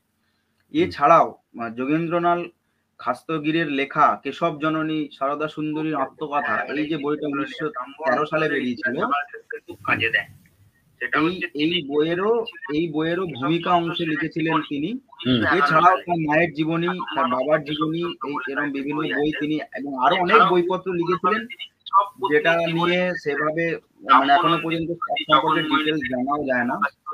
হুম। অনেক বই তিনি লিখেছেন। এছাড়াও যোগেন্দ্রলাল আচ্ছা, খাস্তগিরের লেখা সৌরেন্দু বাবু, কেশব জননী সৌরিশ সারদা ঘোষ বলে সুন্দরীর একজন লিখছেন আত্মকথা এই যে বইটা বাগনানের ১৯১৩ কানাইপুরে সালে ব্যানার্জি বেরিয়েছিল বাড়িতে জানার ক্ষেত্রে খুব সেখানে কাজে দেয়। মেয়েদের একটা হাতের কাজের এবং স্কুল ছিল এই স্বনির্ভর বইয়েরও হওয়ার। এই এটা বইয়েরও ভূমিকা ১৯৩০ সাল অংশে নাগাদ, যদিও এটা অনেক এইটাই উনি পরের যেটা ব্যাপার। বলতে চাইছেন খুব সম্ভবত এইটার কথাই বলছেন যেটার কথা আমি বলছিলাম।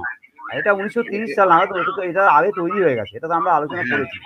হুম, মানে ৭৮ সালে ভেঙে যাওয়ার পরে নতুন করে ওই হ্যাঁ, জায়গাটাতে যে আবার তৈরি জায়গাটাতে হচ্ছে। ব্রহ্ম মন্দির তৈরি করেছিলেন প্রিয়নাথ, ঠিক, ঠিক। সেই জায়গাটাতে এই সেন্টারটা বর্তমানে তৈরি হয়েছে আর কি। হ্যাঁ, সেটাই।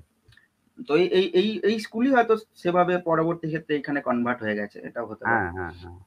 তবে এইগুলো সব, এগুলোর পেছনে কিন্তু বিদ্যাসাগরের অবদান মানে ভোলার না। কারণ হ্যাঁ, বিদ্যাসাগরকে পায়োনিয়ার, বিদ্যাসাগর এই বিষয়টা পায়োনিয়ার। বিদ্যাসাগরকে আমার মানে মনে হয় যে বিদ্যাসাগরের এই যে কাজ নিয়ে আমরা যে মূল্যায়ন করি, ব্রাহ্ম আন্দোলন, বিদ্যাসাগর ব্রাহ্ম ছিলেন না নিশ্চয়ই। কিন্তু বিদ্যাসাগর ব্রাহ্ম সমাজের সঙ্গে যুক্ত ছিলেন। যুক্ত ছিলেন মানে ওইভাবে মানে মেম্বার হিসেবে নন, কিন্তু ওনাকে সবাই সম্মান করত। বিভিন্ন মিটিং ঠিক, ঠিক। টিটিং এ উনি হয়তো বিভিন্ন বিষয়ে বলেছেন। সবচেয়ে বড় কথা, অক্ষয় কুমার দত্তের মানে অক্ষয় কুমার দত্ত বিদ্যাসাগরকে খুব শ্রদ্ধা করতেন এবং যে কোনো বই লিখলেই বিদ্যাসাগর অন্তত বলতেন যে অক্ষয় কি লিখেছে সেই বই একটা আমাকে দাও, মানে এক কপি হ্যাঁ, চাই আমার। অক্ষয় দত্ত কি বই লিখেছেন, বিদ্যাসাগর তার উপর বেশি ইন্টারেস্ট নিচ্ছেন। আর মেয়েদের স্কুল তুমি যেটা বলছো, এটা সম্ভবত বিদ্যাসাগরকে দিয়ে, বিদ্যাসাগরের একটা ইনফ্লুয়েন্স মারাত্মক ছিল। কারণ উনি চন্দ্রমুখী বসুকে সেকালে শেক্সপিয়ার রচনাবলী দুখণ্ড উপহার দিচ্ছেন। এটা মানে তো অকল্পনীয় ব্যাপার, প্রায় নিশ্চয়ই। অকল্পনীয় ব্যাপার।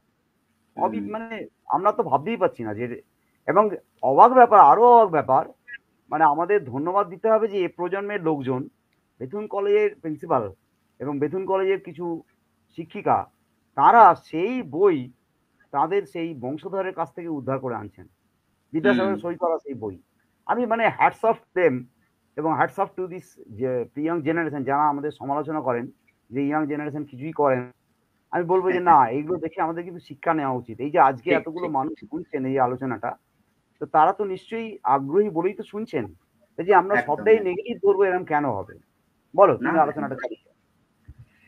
হ্যাঁ, তো প্রিয়নাথ মল্লিকের আমি একটা কথা দিয়ে শেষ করব যে তাকে কিন্তু সেইভাবে এক্সপ্লোর করা হয়নি। মানে তিনি যে মানের একজন ব্রাহ্ম নেতা ছিলেন, ব্রাহ্ম সমাজের বহু পাবলিকেশন হয়েছে।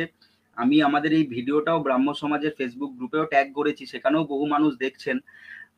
আমি শুধু এটুকুই বলবো যে এই মানুষটির কথা কিন্তু ব্রাহ্ম যে পাবলিকেশন গুলো হয়েছে সেখানে কিন্তু কোথাও তার কথা উল্লেখ নেই, কোনো ছবি নেই। তো আমি অনুরোধ করব তারা যদি এই বিষয়টা নিয়ে আগ্রহী হন, আমাকে যদি বলেন আমি যেতে রাজি আছি, গিয়ে আমি সেই ব্যাপারে খোঁজ খবর করব। আমাদের কিন্তু গ্রুপেও পোস্ট করতে পারেন ইচ্ছে করলে। হুম। প্রিয়নাথ মল্লিক মহাশয়ের মতো একজন মানুষের কথা অবশ্যই এটা বৃহত্তর মানুষের কাছে তুলে ধরা দরকার। কারণ এই মানুষটি ধর্ম ধর্মতত্ত্ব যেটা নববিধান ব্রাহ্ম সমাজের মুখপত্র, এই ধর্মতত্ত্বের পত্রিকার সম্পাদক ছিলেন। মানে 1923 বা 28 সাল থেকে শুরু করে আমৃত্যু হয়তো, কারণ ওনার মৃত্যুর ডেট এখনো আমি খুঁজে পাইনি, কবে মারা গেছেন জানি না। আচমকা তিনি নিরুদ্দেশ, বাগনানের কোনো মানুষও জানেন না তিনি কবে মারা গেছেন। আচমকাই সবাই বলেন যে দেখছিলাম বলছেন অনেকে পুরনো লোকজন যে হঠাৎ করে তিনি একদিন নিরুদ্দেশ হয়ে গেলেন বাগনান থেকে, এবং আচ্ছা। তারপরে তিনি কোথায় গেলেন কি করলেন কেউ জানে না। তো উনি ওনার 80তম জন্মদিনে ধর্মতত্ত্বে তার নিজের অনুভূতির কথা লিখেছেন। সেখানে তিনি বলেছেন যে আমি আমার শেষ জীবনটা কিন্তু ওই যেখানে এর সমাধি, কেশবচন্দ্র সেনের সমাধি যেখানে রয়েছে, তিনি এবং তার স্ত্রী দুজনেই হুম। কিন্তু সেখানেই সারা জীবনটা কাটিয়ে দিতে চান, এইরকম একটা কথা উল্লেখ করেছেন। ফলে আমি খুব ধারণা যে ওখানেই ওইখানেই তিনি কোনো জায়গায় থাকতে থাকতেই হয়তো তার মৃত্যু হয়েছে। তো সেই ব্যাপারে সেই ইতিহাস কিন্তু এখনো উদ্ঘাটিত হয়নি। হ্যাঁ, সেটা হয়নি। কিন্তু অনুসন্ধান করা দরকার, এবং তার কিভাবে মৃত্যু হলো এটা কিন্তু অবশ্যই আমাদের খুঁজে দেখা দরকার। আমি তো অন্তত চেষ্টা করব, আমার এই লকডাউনের কারণে আমি যেতে পারিনি ওখানে, কিন্তু এরপরে আমি এখন যেহেতু সুযোগ আছে অবশ্যই একবার ওখানে গিয়ে খোঁজ খবর করার চেষ্টা করব। অর্ণব সাহা মহাশয়, ওরকম নাগ নাগ রয়েছে। নাগ হুম। মহাশয় তিনি আমাকে হেল্প করবেন বলেছেন। তো আমি তার সঙ্গে সহযোগিতা চেয়ে নিয়ে অবশ্যই এই ব্যাপারটা নিয়ে খোঁজ খবর করব। সাধারণ ব্রাহ্ম সমাজের সম্পাদক মহাশয়, ওনার সঙ্গে যোগাযোগ করেছিলাম, উনিও আমাকে সহযোগিতা করবেন বলেছেন। আশা করি একটা সময় করে আমি গিয়ে এই ব্যাপারটা একটু খুঁজে দেখার চেষ্টা করব যে এই মানুষটা, এইরকম একজন মানুষ যিনি কেশব কন্যা সুনীতি দেবী, সাবিত্রী দেবী, কোচবিহারের রাজা নৃপেন্দ্র নারায়ণ প্রমুখ সকলের সঙ্গে গভীর যোগাযোগ, এবং তারা সকলে এনাকে এত গুরুত্ব দিচ্ছেন, এবং ব্রাহ্ম সমাজকে এগিয়ে নিয়ে যাওয়ার ক্ষেত্রে এই মানুষটা গুরুত্বপূর্ণ ভূমিকা পালন করছেন। এমন 1940 সাল পর্যন্ত ওনার 40-41 সাল পর্যন্ত ওনার অ্যাক্টিভিটিস জানা যাচ্ছে, কিন্তু তারপরে কি হলো এটা সেটা জানা কিন্তু যাচ্ছে না। এখনো খুঁজে পাওয়া যাচ্ছে না। ফলে এটা কিন্তু খুঁজে দেখা দরকার। এইরকম একজন মানুষের মানে জীবনটা পুরোটা জানাটা খুব দরকার আমাদের কাছে। তো ঠিক, এটা ঠিক, ঠিক। অবশ্যই আমরা পরবর্তী ক্ষেত্রে সন্ধান চালাবো। যাই হোক, আমি যেহেতু প্রিয়নাথ বাবুকে নিয়ে বহুদিন খোঁজ খবর করেছি বলে ওনাকে নিয়ে একটু বেশি বেশি বলে ফেলছি। না, না, কিন্তু ঠিক আছে, এটা তো গুরুত্বপূর্ণ দরকার। বিষয় হচ্ছে হুম, এখনো যে দুটো সেন্টার হাওড়া জেলার ব্রাহ্ম আন্দোলনের হুম, ক্ষেত্রে, সেই দুটো সেন্টারের কথা আমি খুব সংক্ষেপে আলোচনা করব। ভবিষ্যতে যদি আবার সুযোগ আসে আমরা এই নিয়ে ডিটেলে আলোচনা করব। হুম, সেটা হুম। হচ্ছে আমাদের বাণীবন, উলুবেড়িয়া থানার মানিব। অন্তর্গত বাণীবনে এইখানে হুম, যে ব্রাহ্ম আন্দোলনটা গড়ে উঠলো সেটা কিন্তু সাধারণ ব্রাহ্ম সমাজের সেন্টার হিসাবে, সেটা হুম। হচ্ছে বাণীবন ব্রাহ্ম সমাজ। এই ব্রাহ্ম সমাজ 1899 বা সালে। এই ব্রাহ্ম সমাজ 1899 বা সালে এক কড়ি সিংহ রায়। হ্যাঁ, এই ব্রাহ্ম সমাজের পুরোধা তিনি হলেন এক্করি সিংহ রায়, যার উত্তরপুরুষের সঙ্গে আমার কথা হচ্ছিল একটু আগেই, তিনি হুম, যোগাযোগ করেছিলেন। তো এই এই এক্করি সিংহ রায় কিন্তু বাণীবনে, তিনি কিন্তু হাওড়ার লোক ছিলেন না, তিনি হুম, জাঙ্গিপাড়ার লোক ছিলেন, হুগলির। তো তিনি আমাদের বাণীবনে চলে এলেন কর্মসূত্রে। তিনি এখানকার জমিদার, চকদিঘির জমিদার ললিতমোহন সিংহ রায় মহাশয়ের আহ, কাছারির গোমস্তা রূপে তিনি বাণীবনে এসেছিলেন, এবং হুম, গোমস্তা মানে অত্যাচারী, কর আদায়কারী একজন মানুষ হিসাবেই সবাই ম্যাক্সিমাম মানুষ হতেন, কিন্তু এই মানুষটার কিন্তু সম্পূর্ণ চরিত্রটাই আলাদা ছিল, এবং হুম। এইরকম একজন মানে ভালোবাসার মানুষ, মানে সকলকে ভালো রাখার, ভালো করার একটা মানুষ, তিনি কিন্তু এখানে এসে তিনি কিন্তু জনসেবায় একটা বিরাট ভূমিকা পালন করলেন। বাণীবন এলাকায়। এবং আপনি আর আমাকে বিশেষ করে যেটা বল বলতেই হবে সেটা হচ্ছে এই ফতেয়া খেয়া বাঁশপাতি খালের উপর যে পোলটা তৈরি করা, কারণ রাস্তা তো বলটা ছিলই না একদম। এটা তো অনেক কিছু তুমি তো করেছেন স্যার বলতেই হবে। উনি। হ্যাঁ, প্রচুর কিন্তু অনেক এটা একদম খুব রাস্তাঘাট ভাইটাল তৈরিতে কাজ। উনার একটা বিরাট ভূমিকা। কারণ ওইখানে রাস্তাঘাট তখন তৈরিতে যাওয়ার উনি- কোনো জায়গাই ছিল না। হুম, তা ১৯১৬ সালে যে বাণীবন এবং ওইসব জায়গাতে উলুবেড়িয়ার আন্ডারে তো ছিল, কলকাতায় যাতায়াত করা হ্যাঁ, খুব কষ্টসাধ্য ছিল। হুম, তার কারণ হচ্ছে ফতেয়া ওই যে বাঁশপাতি খালে যে খেয়া পারাপার করা, আর খেয়া পারাপার করে আবার বাহিরতরফা গ্রাম থেকে বাণীতবলা বাসুদেবপুর রোড ধরে হ্যাঁ, হ্যাঁ, হাতিবাগানের তোমার পথ ধরে অনেকটা রাস্তা করে এগিয়ে আসতে হতো। তা সেই নিয়ে ঠিক কারোর স্যার। মাথা ব্যথা ছিল না। সেই হুম, সময় ১৯০৫ সালে বেঙ্গল নাগপুরে যে রেল চলাচল শুরু হয় আর উলুবেড়িয়া স্টেশনটা চালু হয়। সেই হুম। সুবাদে এটা আমি বলছি আমাদের ওই বাণীবনের ইতিহাস যিনি লিখেছেন আমাদের প্রসাদ মান্না মানে মহাশয়ের লেখা। প্রসাদ মান্না, হ্যাঁ। উনি ডিটেইলে লিখেছেন। বিশেষ হুম, করে বাণীবনের যে ব্রাহ্মপল্লীর অধিবাসী যারা ব্রাহ্ম যারা তাদের কলকাতায় যাতায়াত করা অত্যন্ত মানে কি বলে বেড়ে যায়, কিন্তু এত কষ্টকর যে যাতায়াত করাটাই খুব মুশকিলের ব্যাপার।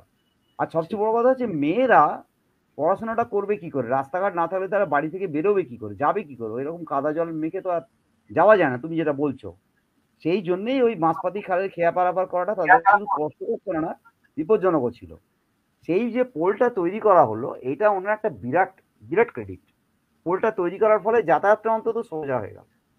এটা বলতেই হবে। না বললে মানে এই এক্করি সিংহরায়ের যে সমাজ কল্যাণমূলক কাজ, মানে একটা মানুষ স্মরণীয় হয়ে থাকেন তো তার কাজের জন্যে। কাজের ব্রাহ্ম জন্য। সমাজ তো ঠিক আছে, কিন্তু তিনি যে এই যে সমস্যাটার কথা ভেবেছেন যে এত মানুষ কলকাতায় যাতায়াত করতে পারছে না, শুধু নয় আমাদের এলাকাতেই যাতায়াত করতে পারছে না। ওই একটা শুধু পোল তৈরি করে দিতে পারলেই তো অনেকটা মিটে গেল। আমি ঠিক, এটাই বলতে চাইছি তোমাকে। বলো স্যার। ঠিক স্যার। তো হ্যাঁ, স্যার যেটা বলছিলেন যে এই প্রসাদ বাবুরই গবেষণা থেকেই কিন্তু আ বাণীবন ব্রাহ্ম সমাজের ব্যাপারে বিস্তারিত তথ্য পাওয়া যায়। তো হুম। উনি এখানেই আবার হাওড়া এই জেলা বোর্ডেরও মেম্বার ছিলেন। অদ্ভুত ব্যাপার। হ্যাঁ, এবং যেখানে আমরা এখানেই স্যার একটা মহামহোপাধ্যায়। বিষয় যে কংগ্রেসের বিশেষ করে ওই ১ম দিকে মানে সুরেন্দ্রনাথ হ্যাঁ, ব্যানার্জি আ বা এই সময়ে কিন্তু ওনাদের সঙ্গে কিন্তু খুব গভীর যোগাযোগ ছিল। সিং এক্সাক্টলি। আ ঠিক, ঠিক, ঠিক, কাকলি সিংহ রায়ের। এবং ঠিক, যেটা ঠিক। জানা যাচ্ছে স্যার সেটা হচ্ছে ওই ১৮০০ আ সরি ১৮০০ না, ১৮০০ না, ১৯০০ সালে ১৮৮৭ পড়ে। সাল। ১৮৮৭ হুম, সালে ১ম হুম। আমাদের হুগলিতে একটা স্যার ওই সরি হাওড়ায় একটা প্রজাসভা হয়েছিল। এই আচ্ছা। প্রজাসভা হাওড়া জেলার আমতার কানপুর এলাকা মানে যেটা আমাদের হুম, কানপুর। হুম, হুম। পুরাস কানপুর। ওইখানে প্রজাসভা হয়েছিল। এই প্রজাসভাতে ১ম উনি গিয়েছিলেন হুম, বাণীবনের প্রতিনিধি হিসাবে। তারপরে হুম, তিনি নিজেই বাণীবনে কিন্তু আ প্রজাসভা করলেন ১৮৮৪ সালে। হুম, এই ৮৮ সালে খুব সম্ভবত।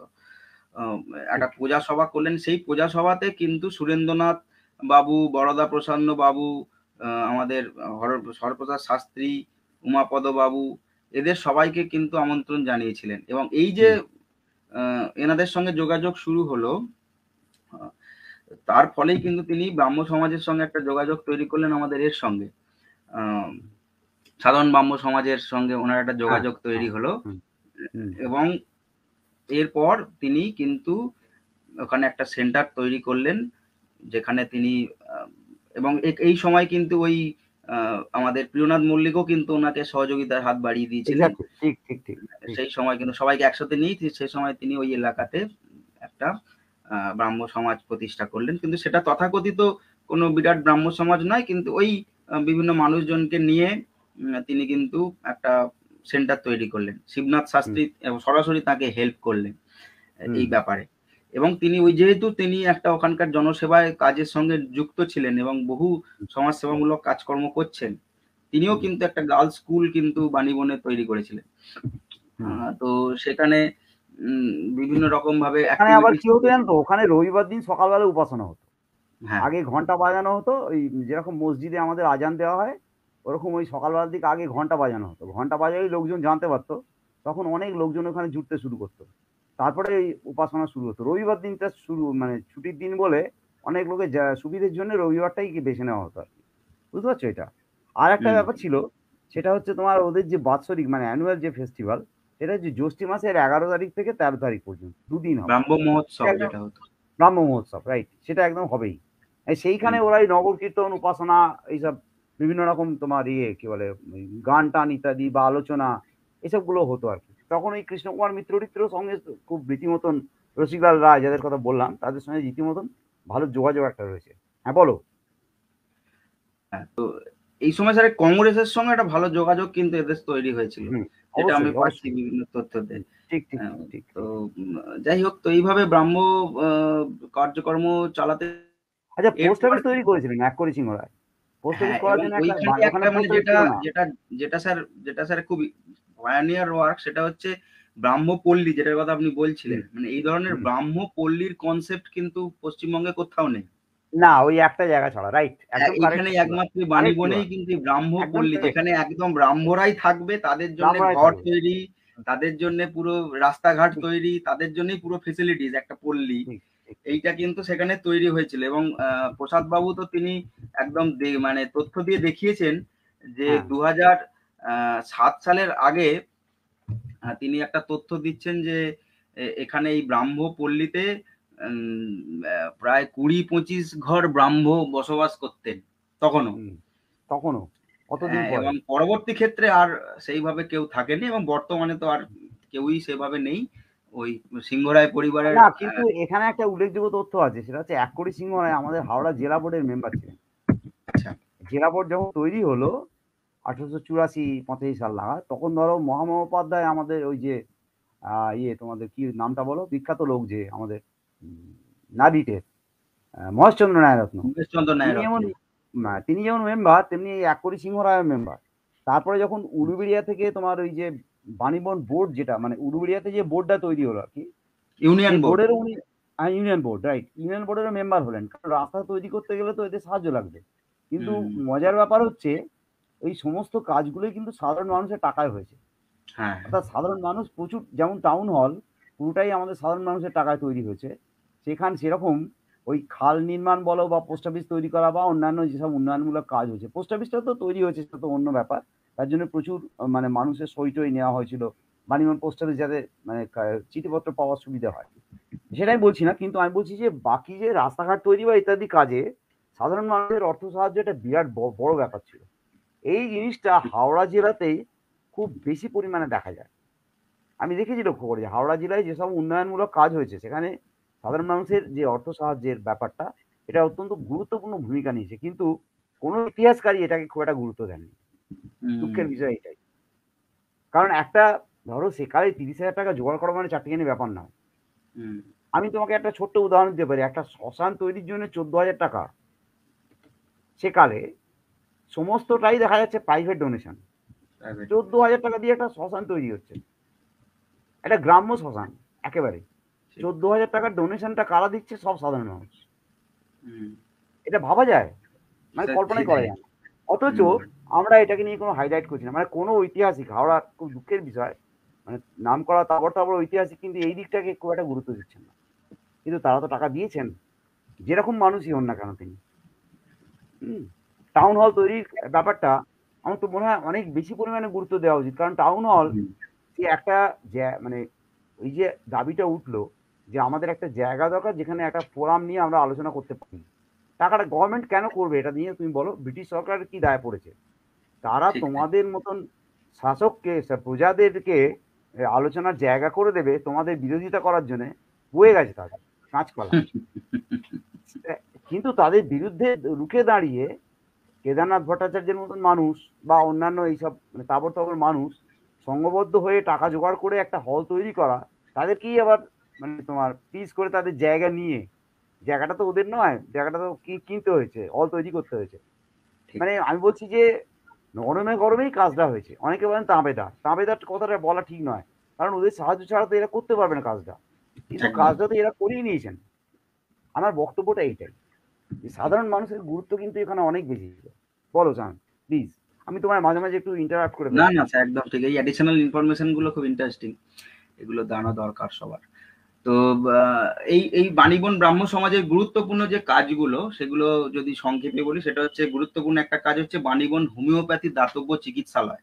এটাও এক্স্যাক্টলি, কিন্তু ঠিক মানে ঠিক ঠিক লোক ঠিক। চিকিৎসায় মানে চিকিৎসা পরিষেবা প্রদানের ক্ষেত্রেও কিন্তু ব্রাহ্ম সমাজের একটা বিরাট ভূমিকা ছিল। বিরাট আমাদের অবদান। অমরাবতীতেও কিন্তু ঈশ্বরী হাজরার দাতব্য হুম, চিকিৎসালয়, যেটা পরবর্তী ক্ষেত্রে ওখানকার মানে বড় হাসপাতাল হিসাবে প্রতিষ্ঠিত হয়ে যায়। তো এইরকম মানে চিকিৎসা ব্যবস্থার ক্ষেত্রেও গুরুত্বপূর্ণ ভূমিকা কিন্তু ব্রাহ্ম সমাজ নিয়েছিল গ্রামীণ হাওড়াতে বিভিন্ন জায়গায়। তো তার একটা প্রকৃষ্ট উদাহরণ হচ্ছে এই আমাদের বাণীবনে হোমিওপ্যাথি দাতব্য চিকিৎসালয়। নারী হুম, শিক্ষার ক্ষেত্রেও বাণীবন বালিকা বিদ্যালয় প্রতিষ্ঠা করেছিলেন এককড়ি সিংহ রায়। হুম, 1898 খ্রিস্টাব্দ নাগাদ তিনি প্রতিষ্ঠা করেছিলেন। হুম।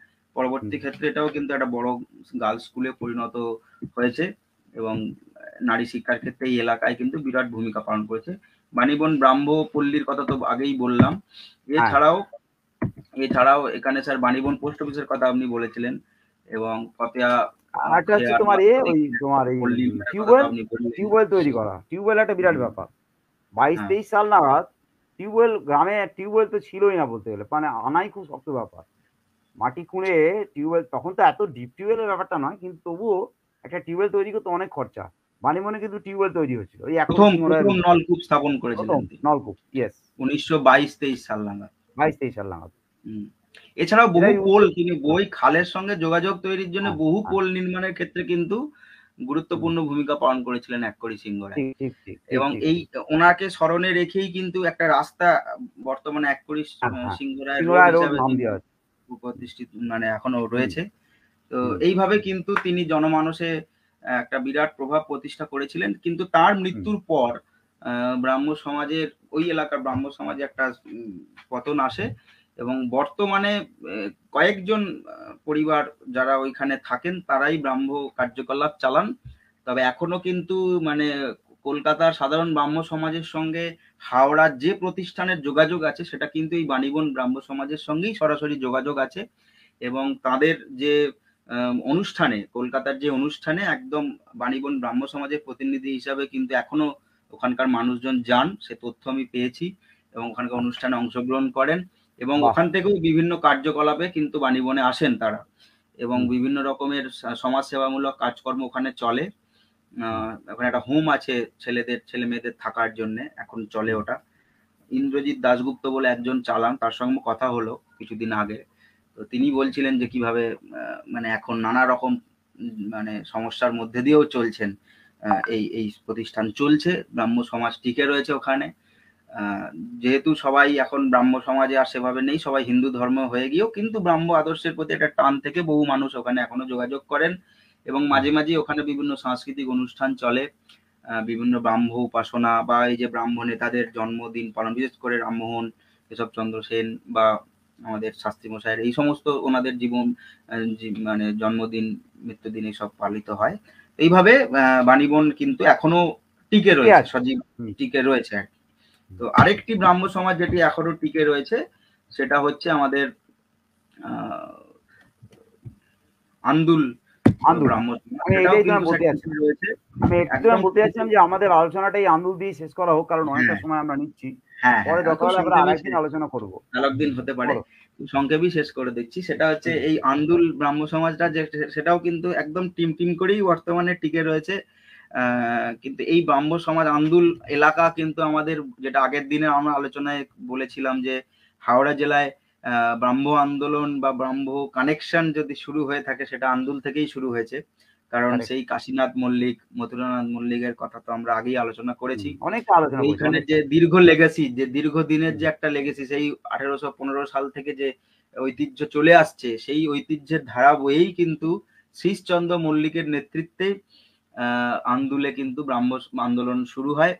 ওখানে ওনার সঙ্গে আরো একজন গুরুত্বপূর্ণ মানুষ যিনি ছিলেন, তিনি হচ্ছেন ওনার নামটা হচ্ছে অবিনাশ চন্দ্র চক্রবর্তী। পাশের গ্রাম আচ্ছা, আরগড়ি, আচ্ছা, ওই হুম, গ্রামেরই বাসিন্দা ছিলেন অবিনাশ চন্দ্র চক্রবর্তী, যিনি কিন্তু এই শ্রীশচন্দ্র মল্লিকের হাত ধরে হাতটাকে শক্ত করেছিলেন এবং আন্দুল এলাকাতে তিনি কিন্তু ওই আত্মোন্নতি সভা, হুম, যেটা 1883 সাল নাগাদ প্রতিষ্ঠিত হয়েছিল, সেইটা কিন্তু ওইখানে কাজকর্ম শুরু করে এবং ওই এলাকার বিভিন্ন গুরুত্বপূর্ণ ব্যক্তি, বিশেষ করে সত্যেন্দ্রনাথ মিত্র, শশীভূষণ চট্টোপাধ্যায়, হুম, হুম, নরেন্দ্রনাথ মল্লিক, বেণীমাধব চৌধুরী, হীরালাল মল্লিক, এই সমস্ত বিভিন্ন মানুষজনকে সঙ্গে নিয়ে এই আত্মোন্নতি সভা চলতে থাকে এবং বহু কাজকর্ম তারা করতে থাকেন।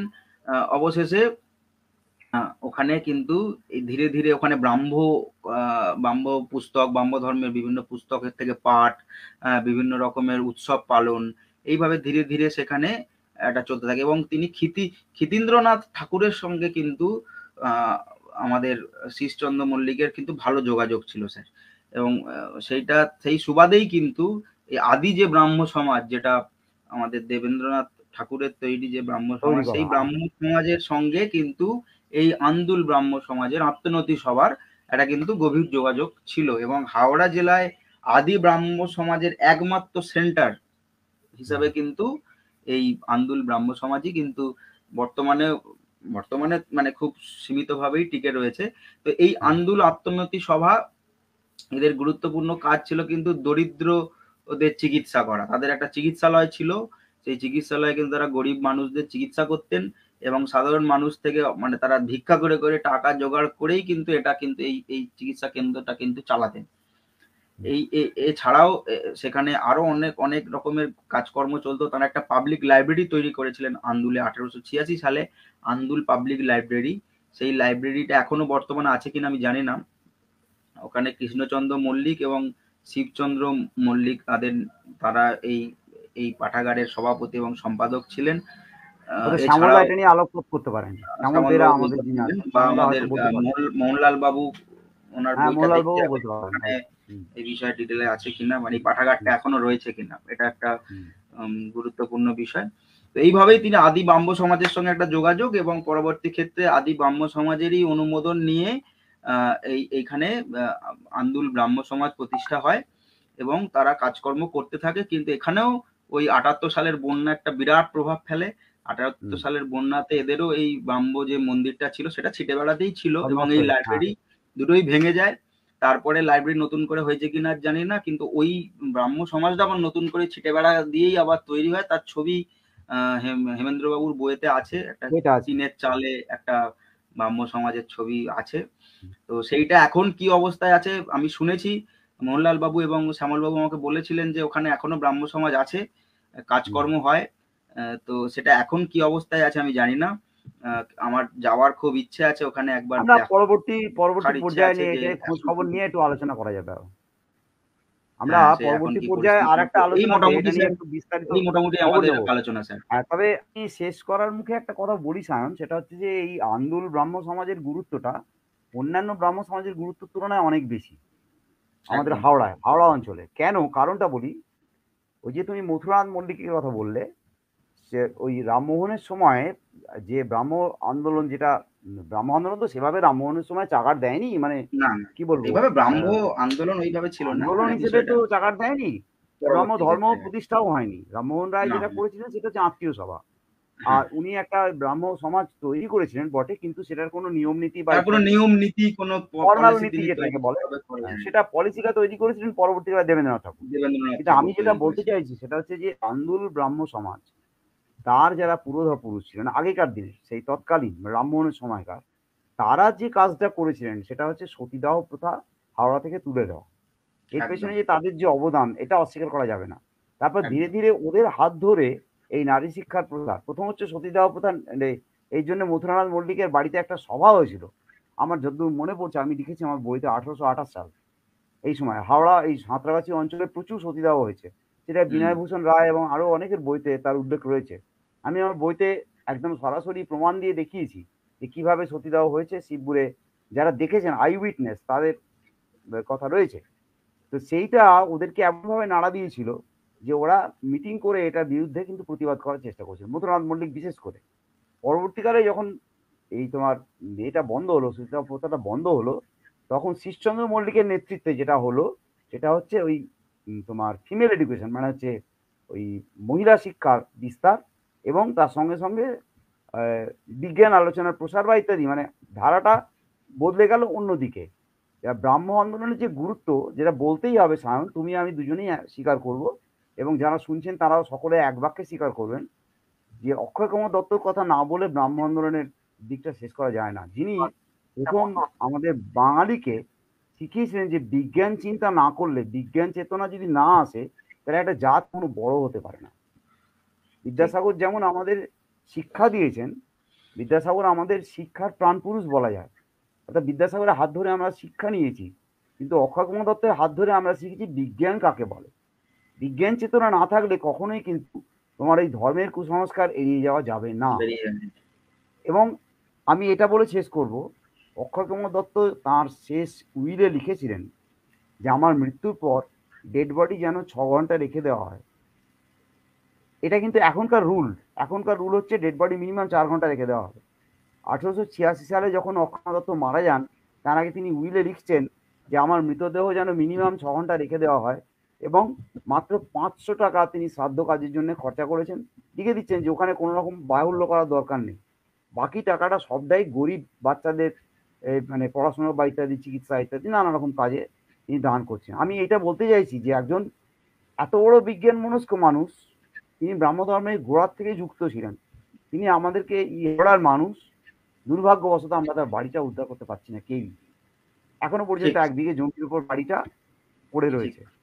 আমি যারা শুনছেন তাদের সকলের কাছে জোড়হাতে আবেদন করব যে আমাদের তরফ থেকে তো বটেই, আপনারা সকলে যে যার মতন করে চেষ্টা করুন যাতে অন্তত এই ধরনের স্মৃতিগুলোকে আমরা বাঁচিয়ে রাখতে পারি।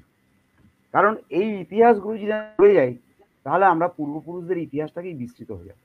হাওড়ার ইতিহাসে এই যে ঐতিহাসিক ঘটনাগুলো, এগুলো যদি আমরা ভুলে যাই, তাহলে আমাদের আর কিছু অবশিষ্ট থাকে না, আমাদের একদম। ঐতিহ্যটাই নষ্ট হয়ে যায়। সকলকে আন্তরিক ধন্যবাদ জানাই, সায়নকে অনেক কৃতজ্ঞতা, অনেক ভালোবাসা জানাই। সায়ন একটা অত্যন্ত সুন্দর মনোজ্ঞ আলোচনা করলো। দীর্ঘ সময় ধরে আমারও গলাটা বসা, শারীরিক অসুস্থতা, কিন্তু আমারও খুব ভালো লাগলো। আমরা আবার ফিরে আসবো আপনাদের কাছে। সকলকে নমস্কার জানাই। আজকের একদম। আলোচনা এখানেই শেষ করছি। হ্যাঁ, যারা কমেন্ট করলেন আমরা পার্সোনালি তাদেরকে আমরা পরবর্তী ক্ষেত্রে কমেন্টে রিপ্লাই দেব। এখানে আর সময় নিশ্চয়ই। নেই আলোচনা করার। তবে খুব ভালো লাগছে যে বহু মানে ব্রাহ্ম বাড়ির মানুষের পরবর্তী প্রজন্মের মানুষজন আগ্রহ প্রকাশ করে কমেন্ট করেছেন। তাদের সঙ্গে অবশ্যই যোগাযোগ করব এবং পরবর্তী ক্ষেত্রে অনেক ইনফরমেশন তাদের কাছ থেকেও নেব এবং তাদের কাছ থেকেও তাদেরকে দেওয়ার চেষ্টা করব। এইভাবে তথ্য দেওয়া নেওয়ার মধ্যে দিয়েই আমাদের এই গ্রুপ, যেখানে সবাই আমরা একসাথে, সাধারণ মানুষ, কোনো রকম ডিগ্রির ঝোলা নিয়ে নয়, একদম ঠিক জানার ঠিক ইচ্ছা নিয়ে এবং ইতিহাসকে বাঁচিয়ে রাখার ইচ্ছা নিয়েই আমরা সবাই একসাথে মিলেই তথ্য আদান প্রদানের মধ্যে দিয়েই এই গ্রুপ এগিয়ে চলেছে এবং ভবিষ্যতে এগিয়ে চলবে। এভাবেই আপনারা সহযোগিতার হাত বাড়িয়ে দিন। ভবিষ্যতে আবার আমরা কোনো একটা বিষয় নিয়ে লাইভে আসবো। সকলকে অনেক ধন্যবাদ জানাচ্ছি, যারা দেখছেন প্রত্যেককে অসংখ্য ধন্যবাদ।